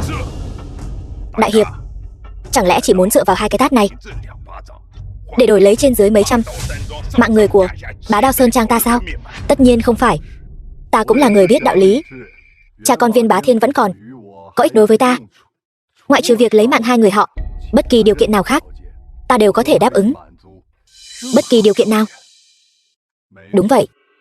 Cho dù cậu muốn nửa mảnh Giang Sơn của Đại Sở, hay là muốn ngôi vị minh chủ, ta đều có thể giúp cậu. Ông rốt cuộc là ai? Bỉ nhân là ai? Mạc lão không cần phải truy cứu sâu xa làm gì, cứ việc đưa ra điều kiện là được. Được thôi. Vậy thì lấy mạng đền mạng. Ông không phải muốn bảo vệ mạng sống của hai người họ sao? Vậy thì ông hãy mất mạng thay bọn họ đi. Dịch Tiểu Xuyên, đừng quá đáng. Cậu có biết người đang đứng trước mặt cậu là ai không? Ta mặc kệ hắn là ai. Kẻ lấy mạng cha mẹ ta, kẻ lấy mạng sư huynh đệ đồng môn của ta. Hôm nay ta nhất định phải lấy mạng. Tiểu Hữu, chẳng lẽ thực sự không có bất kỳ cơ hội hòa hoãn nào sao? Nếu là ta lấy mạng cha mẹ ông, lại đồ sát tông môn của ông có thể bình tâm tĩnh khí ngồi xuống thương lượng với ta không? Thôi được. Vậy thì đắc tội rồi. Được thôi. Vậy bây giờ ta sẽ lấy mạng ông. Tiểu Xuyên, đừng kích động. Sư công, nếu như hôm nay để hai người bọn họ đi, con còn mặt mũi nào đối diện với những sư huynh đệ đã liều mạng bảo vệ sư môn? Lại còn mặt mũi nào đối diện với cha mẹ đã khuất của con? Tiểu Xuyên, Thái Cực Nhất Đao. Đại nhân, ngài phải cẩn thận. Đồi Long nhận chủ uy lực vô song.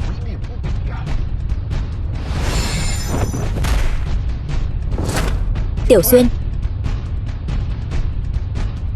ta vốn không muốn lấy mạng cậu, chỉ tiếc là cậu quá nôn nóng. Ông bao che cho cha con Viên Bá Thiên thì cũng thôi đi, tại sao lại làm bị thương đồ tôn của ta? Sư công, con không sao. Đợi con xử hắn thêm phát nữa.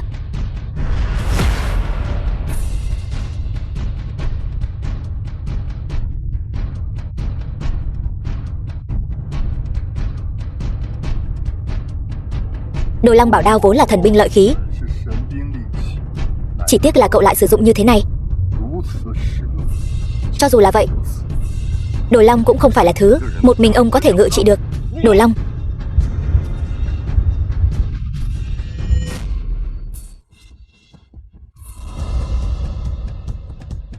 dù có là tuyệt thế thần binh đi nữa, cũng chỉ là một thanh binh khí mà thôi.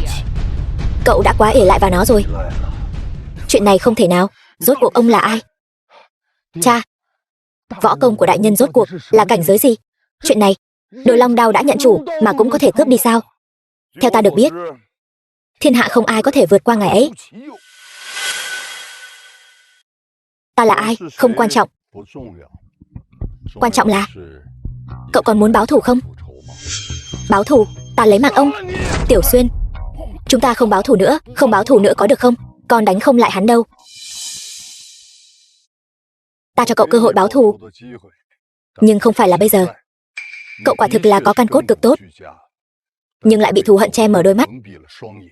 Đừng nói là đưa cho cậu một thanh Đồ Long đao, cho dù đưa cho cậu 10 thanh, cậu cũng chẳng làm gì được ta. Ông có ý gì? Điều ta muốn thấy là sự trỗi dậy của một thiên tài, chứ không phải một cỗ máy báo thù. Đồ Long đao, ta sẽ giữ giúp cậu trước. Cậu muốn báo thù, ta cũng không ngăn cản. Ta cho cậu thời gian, đợi đến khi nào cậu cảm thấy có thể đánh thắng được ta, ta sẽ luôn sẵn lòng tiếp đón tại Thiên Địa Các. Thiên Địa Các? Đúng vậy. Trước đó, ta sẽ mang đi một thứ để khích lệ cậu. Thứ gì? Đi thôi. Cứ thế mà đi sao? Đi.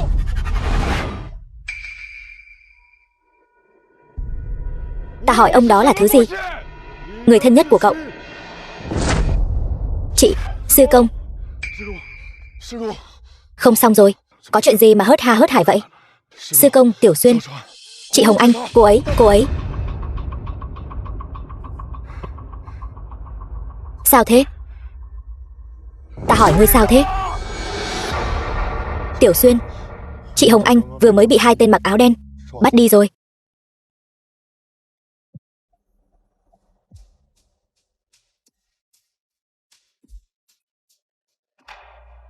Chuyện này không thể nào. Chuyện này sao có thể chứ? Tiểu Xuyên, đều tại sư huynh. Chúng ta đang trị thương cho Hồng Anh thì có hai tên hắc y nhân xông vào. Sau đó thì... Tiểu Xuyên, cậu sao thế? Sư công, có phải đúng như lời hắn nói? Con đã bị thù hận che mở đôi mắt, dù tu luyện thế nào cũng không đánh thắng được hắn.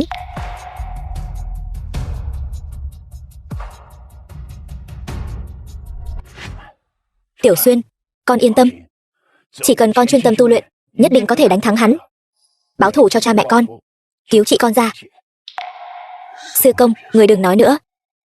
Con biết khoảng cách giữa con và hắn Tiểu Xuyên, sao cậu có thể không tin sư công chứ? Bọn anh tin cậu, nhất định sẽ có cách mà. Đợi đến khi vết thương của cậu lành lại, chúng ta lại quay về báo thù.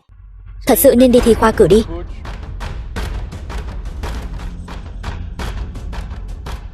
Ngươi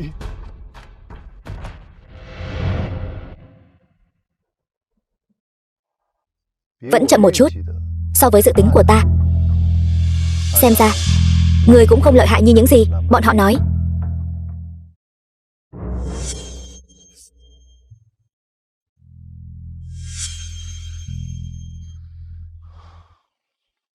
Ngươi lại là ai? Ngươi cũng là kẻ sắp mất mạng rồi. Tên của ta ngươi cũng không cần thiết phải biết nữa. Ngươi chắc chắn như vậy rằng ta đánh không lại ngươi sao? Ngươi và cha ngươi thật sự rất giống nhau đấy.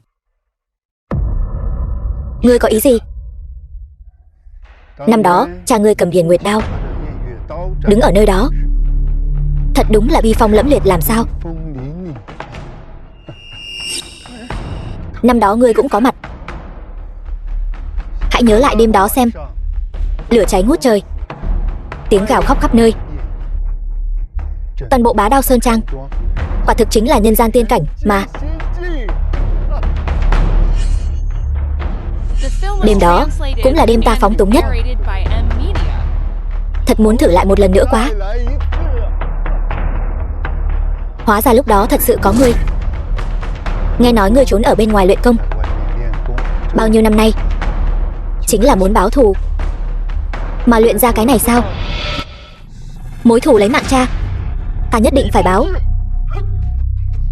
Quá chậm rồi.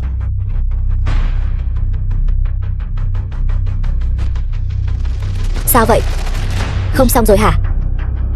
Tiếp tục đi chứ. Đến đây đi. Lúc đó, khi lấy mạng cha ngươi, thanh đao đó từ bên trái xoẹt một cái là đã trượt sang bên phải. Ngươi cầm miệng cho ta. Ngươi có biết thanh đao đó nhanh đến mức nào không? Chỉ một đao chém xuống như thế, 3 giây. Dòng dã 3 giây. Vậy mà máu vẫn chưa phun ra. Ta bảo ngươi câm miệng cho ta. Tức giận rồi sao? Có phải ta nói quá sinh động rồi không? Không cho phép ngươi sỉ nhục cha ta. Ta đã nói từ sớm rồi. Ở đây, thực lực là trên hết. Ngươi còn kém xa lắm.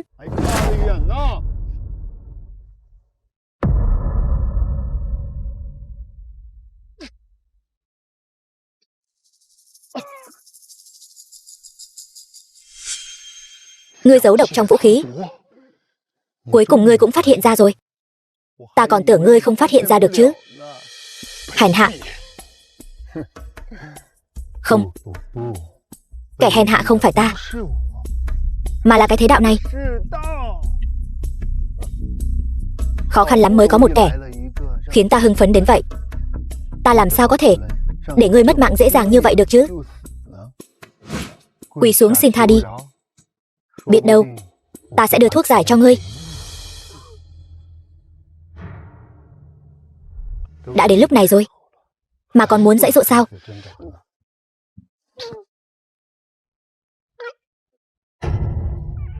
Có giỏi thì ngươi lấy mạng ta đi. Dũng khí đáng khen đấy. Nhưng mà phế vật rốt cuộc vẫn là phế vật. Cha ngươi là thế, ngươi cũng vậy. Không cho phép ngươi sỉ nhục cha ta. Đừng vội. Lát nữa đợi ta chơi chán rồi, tự khắc sẽ tiễn ngươi đi gặp cha ngươi.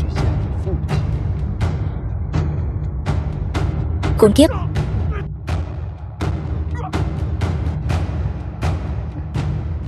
Còn muốn cưỡng ép vận khí. Đừng phí sức vô ích.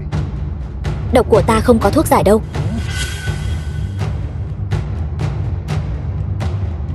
Thấy chưa? Thuốc giải ở đây này.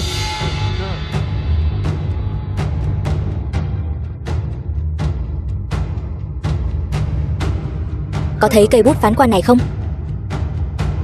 Cũng là kiệt tác của cha người đấy. Có biết lúc ta vừa mới có được nó hưng phấn thế nào không? Thật là một thanh vũ khí tốt. Vẫn còn sức để né ta sao? Để ta tiễn ngươi đi, gặp cha ngươi. The film was translated and narrated by M Media. Không, chuyện này không thể nào. Thanh đao này, năm đó, chẳng phải đã bị làm gãy rồi sao? Ai nói bị gãy thì không thể được phục hồi. Sư công cẩn thận, hắn biết dùng độc. Biết chỗ dựa lớn nhất của những thợ rèn chúng ta là gì không? Là gì? Đó chính là cơ thể mà chúng ta lấy làm tự hào. Con nhớ lúc con còn nhỏ, sư công đã nói gì với con không? Cha con luyện thành thần binh, con thiếu một cơ hội. Nhưng mà chẳng phải người đã luyện thành thần binh rồi sao? Thanh đồ long đao. Thanh đồ long đao đó cùng lắm chỉ được coi là một ngụy thần binh. Thần binh thực sự chính là nhục thân và tinh thần của chúng ta. Nhục thân và tinh thần. Đúng vậy. Hôm nay ta sẽ cho con biết chiêu mạnh nhất của Bá Đao Sơn Trang. Con hãy nhìn cho kỹ. Chiêu này sẽ rất ngầu đấy.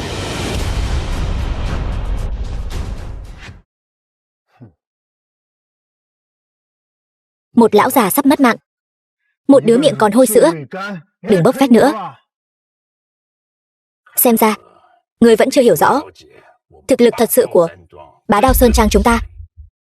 20 năm trước, ta có thể lấy mạng sạch cả nhà các ngươi. Hôm nay cũng có thể như vậy. 20 năm trước, các ngươi thừa lúc Bá Đao Sơn Trang yếu ớt nhất đã đánh lén chúng ta. Nếu không, người ngã xuống chính là các ngươi. Nếu lão già đã không phục, vậy thì để ta xem thử thực lực thật sự của Bá Đao Sơn Trang.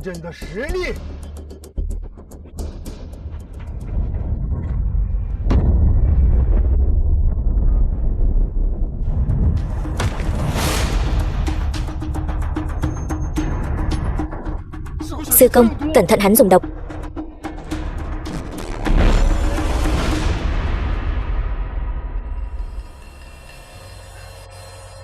Chút độc mọn thì sợ gì? Trò vặt vãnh không đáng để nhắc tới. Binh khí của Bá Đao Sơn Trang cũng chỉ đến thế mà thôi. Ta cũng có bị làm sao đâu.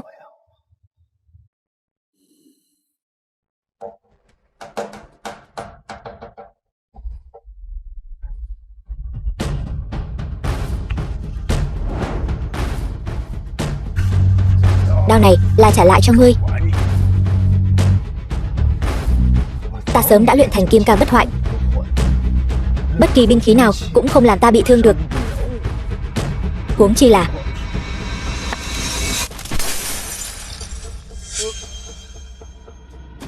chuyện này sao có thể? Trước thực lực tuyệt đối, không có gì là không thể.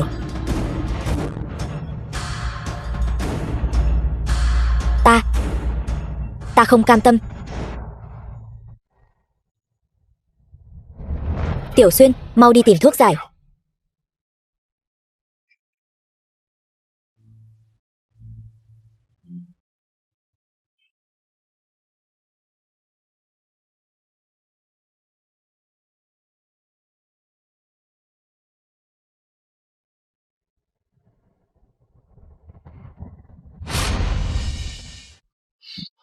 Sư công, người không sao chứ? Sức khỏe không còn như trước nữa. Sư công, người đừng nói nữa. Con lập tức đưa người về ngay đây. Tiểu Xuyên, con nghe ta nói. Sư công, người đừng nói nữa. Bây giờ con đưa người về ngay, đi thôi. Đi, Tiểu Xuyên. Ta biết con vẫn còn đang giận ta. Năm đó, gia đình gặp đại nạn. Nhưng ta không có ở đó. Không, sư công, người đừng nói nữa. Con không có. Con nghe ta nói hết đã. Ngày xảy ra chuyện, ta đang chăm sóc chị con, không cần ai đến cứu. Hơn nữa, ta của hiện tại đã sớm không còn như xưa nữa rồi. Nếu đã như vậy, thì đền mạng đi.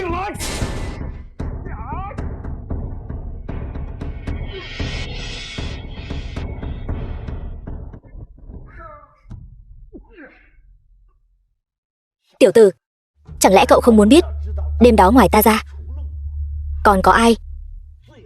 Kẻ đứng sau màn cuối cùng là ai sao?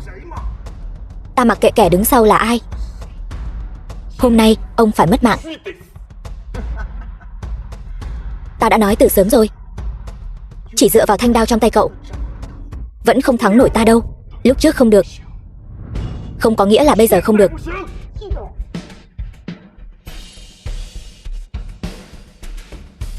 Tiểu tử, cậu cũng quá xem thường người trong thiên hạ rồi. Năm xưa cha cậu kinh tài tuyệt thế biết bao, nhưng đến cuối cùng chẳng phải cũng trở thành vong hồn dưới tay ta sao? Không cho phép ông nói cha ta như vậy. Dịch Tiểu Xuyên, cậu vĩnh viễn không biết được đỉnh cao của quyền lực sảng khoái đến mức nào đâu. Khi cậu đạt đến đỉnh cao của quyền lực, nắm giữ tính mạng của mọi người, thật sự là quá tuyệt vời.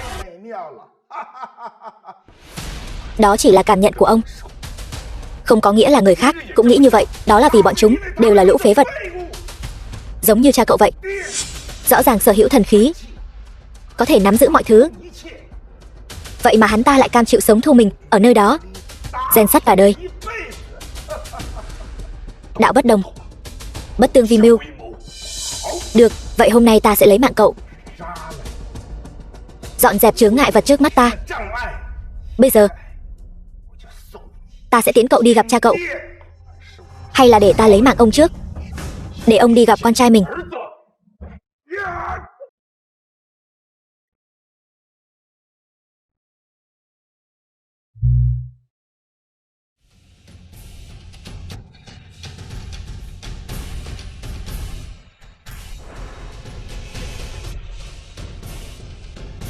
Không thể nào. Viên Bá Thiên, ông có biết thanh đao này là của ai không? Là ai? Đây chính là thanh đao năm xưa cha ta đã dùng. Thanh đao đó chẳng phải đã gãy rồi sao? Đao gãy có thể đúc lại, bởi vì tinh thần vẫn còn đó. Ta không.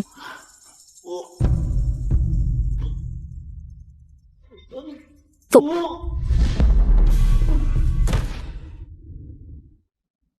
Chị, em đến đây. Ta muốn xem kẻ đứng sau màn rốt cuộc là ai. Chị, cuối cùng ngươi vẫn tìm đến đây rồi sao? Thả chị ta ra. Được thôi, chỉ cần ngươi đánh thắng được ta, ta sẽ thả cô ta. Người rốt cuộc là ai? Chẳng lẽ còn không dám lấy bộ mặt thật ra gặp người sao? Đồ nhi ngoan của ta, ta có gì mà không dám chứ? Tiểu Xuyên, con thật sự rất lợi hại, thậm chí còn vượt qua cả ta năm xưa. Sư phụ, tại sao người lại làm như vậy? Chẳng lẽ con không muốn tận hưởng cảm giác dưới một người trên vạn người sao?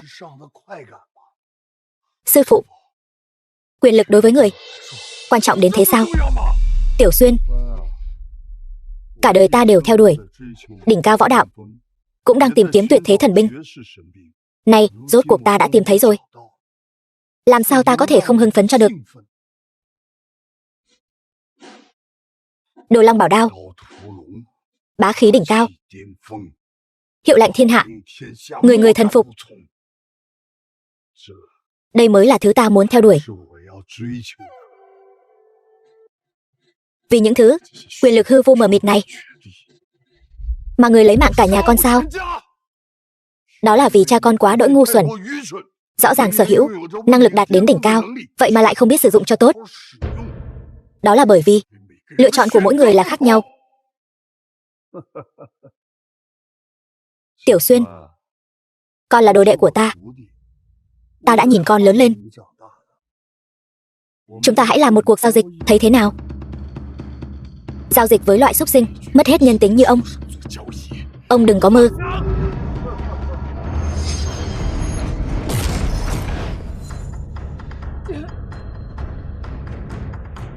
Còn bây giờ thì sao? Chị, rốt cuộc ông muốn làm gì? Tiểu Xuyên, đừng nghe lời lão ta. Mau đi đi. Chị. Tiểu Xuyên, con phải suy nghĩ cho kỹ. Là để chị con mất mạng, hay là thương lượng điều kiện với ta? Ông nói đi. Tiểu Xuyên, đừng. Chị, em không thể trơ mắt nhìn chị mất mạng được. Quả nhiên là tình chị em sâu nặng. Ông nói đi. Chỉ cần ông thả chị ấy ra, thế mới đúng chứ. Điều kiện của ta rất đơn giản. 1. Giải phong ấn cuối cùng của Đồ Long Đao. 2. Quy thuận The ta. film was translated 3. and narrated Giúp by ta thống nhất võ lâm. Media. Đừng hòng. Việc này không do con quyết định đâu. Dù sao thì bây giờ con cũng không còn lựa chọn nào khác. Tiểu Xuyên, con là đồ đệ của ta, sao ta có thể hại con chứ? Chỉ cần con quy thuận ta, ta sẽ thả chị con ra. Thậm chí sau này, con sẽ là đệ nhất thợ rèn của giang hồ. Con hãy nghĩ xem, đến lúc đó sẽ có bao nhiêu vinh hoa phú quý đang chờ đợi con. Con cũng sẽ không bị người khác coi thường nữa. Thứ con cần bỏ ra chỉ là một thanh đao mà thôi. Tiểu Xuyên, đừng đồng ý với lão ta. Chị dù có mất mạng, cũng không muốn thấy em trở nên giống như tên súc sinh này, Dịch Hồng Anh. Miệng lưỡi của cô cứng thật đấy, khiến ta rất không hài lòng. Súc sinh, nhào vô đi, ta sợ ngươi chắc.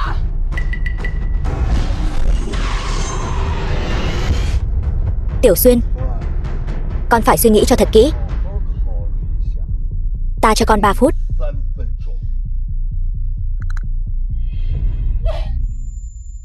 Tiểu Xuyên, hôm nay nếu em không đầu hàng, người mất mạng chỉ có mình chị. Nhưng nếu em đầu hàng, thì người mất mạng sẽ là hàng ngàn, hàng vạn người. Chị, chúng ta đã hơn 20 năm không gặp lại, giờ đây vừa mới gặp lại đã thành ra nông nỗi này. Em thực sự không biết phải chọn thế nào nữa. Dễ chọn thôi, chị chọn giúp em. Đi, mau đi đi. Đợi đến khi em rèn được thần binh, em có thể lấy mạng tên cẩu tặc này trả thù cho chị. Thời gian không còn nhiều đâu nhé. Chị ơi, chúng ta đã không còn cha mẹ. Giờ đây sư công cũng đã mất rồi. Trên thế gian này, em chỉ còn lại chị là người thân duy nhất thôi. Tiểu Xuyên, từ nhỏ chị đã dạy em thế nào? Kiên cường, độc lập, phải có khả năng phân biệt thị phi. Em quên hết những lời chị nói rồi sao? Chị, Tiểu Xuyên, đi mau. Em không đánh lại lão ta đâu. Em không muốn đầu hàng, nhưng em cũng không muốn chị phải mất mạng.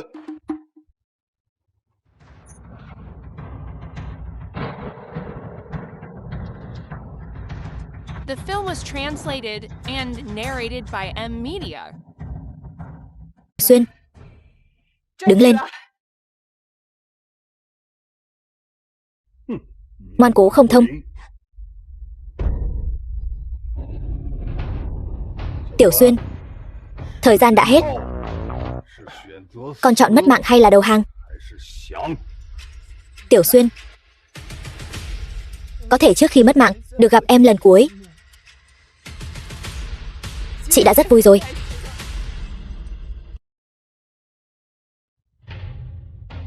Ta chọn.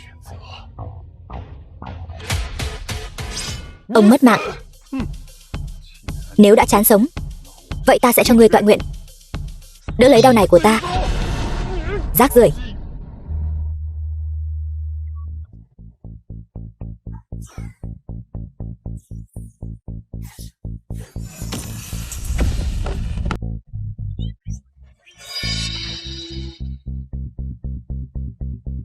Tiểu Xuyên.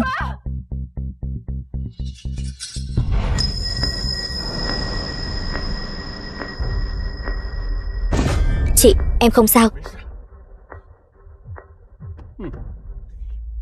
Vậy sao?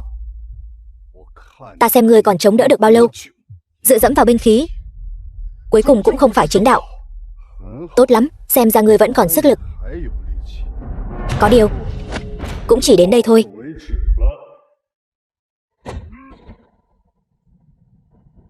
Ông đang cưỡng ép giải phong ấn. Thần binh lợi khí, nếu cưỡng ép giải phong ấn sẽ bị phản phệ đấy. Phản phệ? Ta là kẻ mạnh nhất. Ta xem ai có thể phản phệ ta.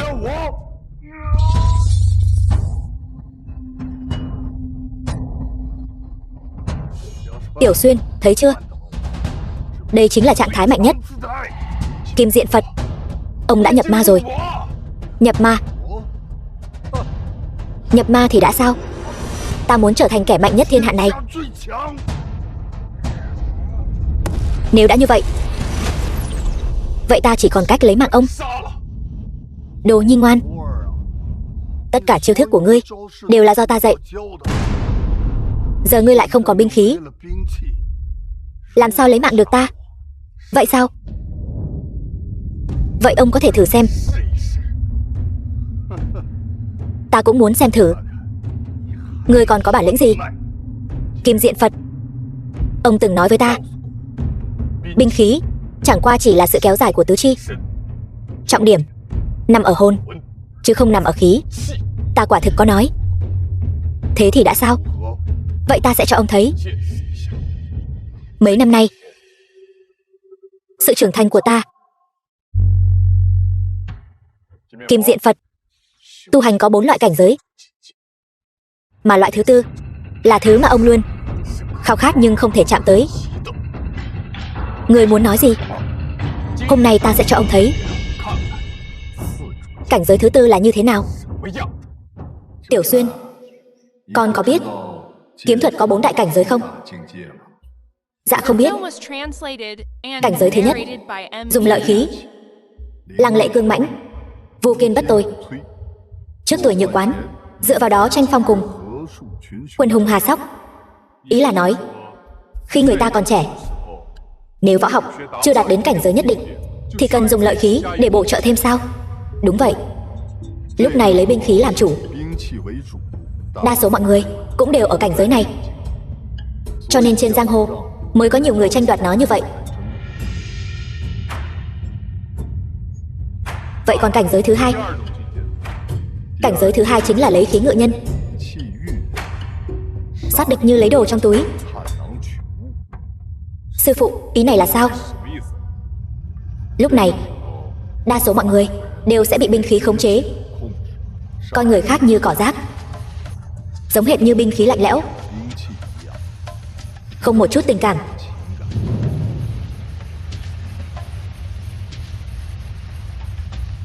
Sư phụ yên tâm, con sẽ không bị khống chế đâu. Tốt. Cảnh giới thứ ba này, trọng kiếm vô phong, đại xảo bất công. Vào lúc này, dần thoát khỏi sự khống chế của binh khí, chậm rãi biến thành người khống chế binh khí. Cho nên, không quan tâm binh khí có sắc bén hay không, và lại cũng không phải dùng để lấy mạng người, mà phần nhiều là để nâng cao năng lực của bản thân. Sư phụ, vậy còn cảnh giới cuối cùng? Cảnh giới cuối cùng cũng là cảnh giới mà vi sư luôn hướng tới.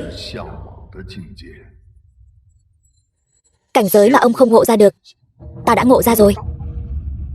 Nhìn cho kỹ đây, Vạn Kiếm Quy Tông, vô kiếm thắng hữu kiếm. Đồ đệ ngốc, người thật sự tưởng làm màu một chút là có thể hù dọa được ta sao? Ngây thơ. Cảnh giới đỉnh phong, không gì ràng buộc, thảo, mộc, trúc, thạch đều có thể làm vũ khí. Vạn Kiếm Quy Tông.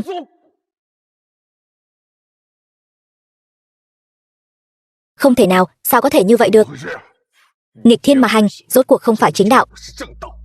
Kim Diện Phật, ông hãy tỉnh ngộ đi. Hư trương thanh thế chắc chắn là giả thôi. Có phải giả hay không? Ông xuống địa ngục sẽ rõ.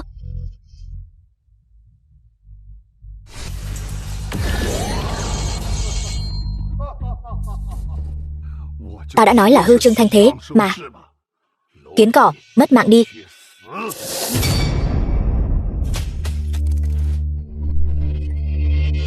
Sao ta không cử động được nữa? Vừa rồi ta đã đoạn kỳ kinh bát mạch của ông. Tất nhiên là không cử động được nữa rồi. Không thể nào. Ta là kẻ mạnh nhất.